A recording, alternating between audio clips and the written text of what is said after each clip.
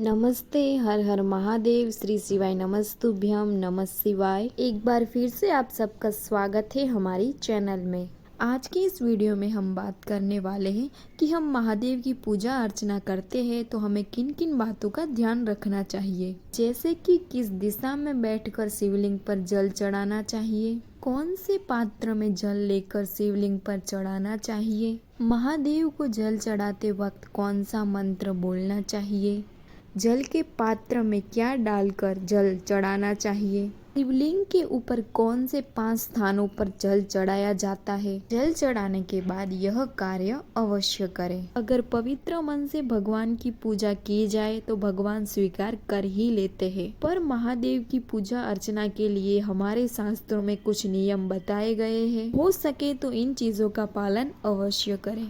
तो फिर चलिए जानते हैं किस दिशा में बैठकर शिवलिंग पर जल चढ़ाना चाहिए। वैसे आप किसी भी दिशा में बैठकर शिवलिंग पर जल चढ़ा सकते हैं अनवांछित फल के लिए, और हमारे शास्त्र में बताया गया है कि दक्षिण दिशा में बैठकर ही हमें जल चढ़ाना चाहिए। दक्षिण दिशा में बैठकर ही हमेशा शिव जी को जल चढ़ाना चाहिए। वहाँ से भगवान का जल बहकर जाता है, उसके सामने वाली दिशा को हमेशा दक्षिण दिशा कहते हैं। इस वीडियो में आपको जो ये एरो दिख रहा है उस दिशा को ही दक्षिण दिशा कहते हैं। अब है कौन से पात्र में जल लेकर शिवलिंग पर चढ़ाना चाहिए। पीतल का पात्र, कांसा या फिर चांदी का पात्र, इनमें से किसी भी पात्र में आप जल चढ़ा सकते हैं, पर तांबे के पात्र को सर्वश्रेष्ठ माना जाता है।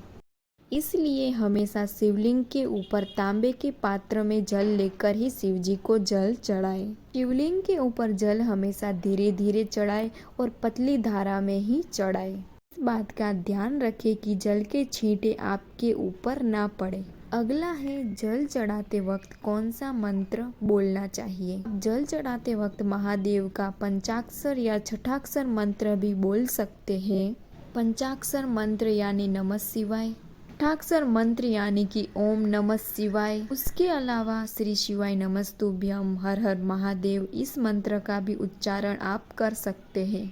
उसके अलावा आप मृत्युंजय मंत्र भी बोल सकते हैं। इसके अलावा यह प्रश्न भी रहता है कि जल खड़े होकर चढ़ाए या बैठकर। हमें हमेशा बैठकर ही शिव जी को जल समर्पित करना चाहिए। कभी भी खड़े होकर शिव जी को जल ना चढ़ाए। खड़े होके जल चढ़ाने को अशुभ माना जाता है, इसलिए हमेशा बैठकर ही जल चढ़ाएं। अगला है जल के पात्र में क्या डालकर शिवलिंग के ऊपर जल चढ़ाएं। जल के पात्र में जैसे जैसे जल के उपाय होते हैं उन हिसाब से आप चीज़ें डाल सकते हैं।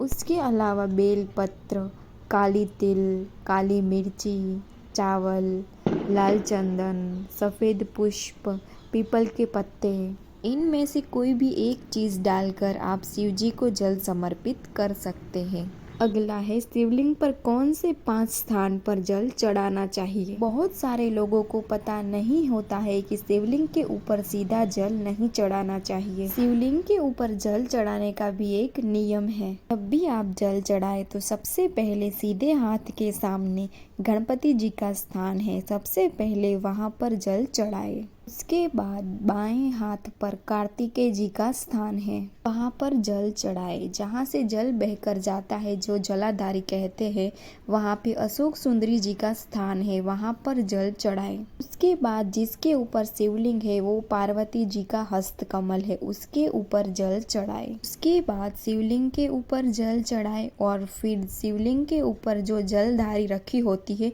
उसके अंदर थोड़ा सा जल समर्पित करें। इन 5 स्थानों के ऊपर जल चढ़ाने के बाद ही हमें शिवलिंग के ऊपर जल चढ़ाना चाहिए। सबसे पहले गणेश जी का स्थान है, वहां पर दूसरा कार्तिकेय जी का स्थान है, वहां पर तीसरा जहां से जल बहकर जाता है जो अशोक सुंदरी जी का स्थान है, चौथा स्थान है माता पार्वती जी का हस्त कमल, और 5वां स्थान है शिवलिंग के ऊपर जो जलाधारी रखी होती है वो। सबसे पहले इन 5 स्थानों के ऊपर जल चढ़ाए, फिर शिव जी के ऊपर जल समर्पित करें और शिवलिंग के ऊपर हमेशा धीरे धीरे जल समर्पित करें। अगला है जल चढ़ाने के बाद यह कार्य अवश्य करें। जल चढ़ाने के बाद या फिर पूजा करने के बाद जब भी आप मंदिर से बाहर निकले तो आखिर में 3 ताली अवश्य बजाएं। 3 बार ताली बजाने का भी एक अलग ही महत्व है।